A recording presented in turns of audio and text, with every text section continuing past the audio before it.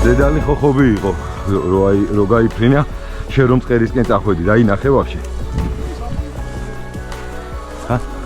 არა, ძმაო, შენ სუკნიდან გამოფრინდა. იმიტომ გითხე დაინახეთ, ხო? ესე იგი 3 იყო მაშინ, შენ რო წახვედი მწყერზე, შენს კარგად უკნიდან, აი თავისით ამოფრინდა ხოხობი. შეიძლება შორიდან ბიჭები რომ მოდიოდნენ, იმათმა შეეშინეს. ესეც ახალგაზრდა დედალი იყო. დაღლე აშკარა დაღლილი, აი უკან ზღვის მოგზდევს, თო.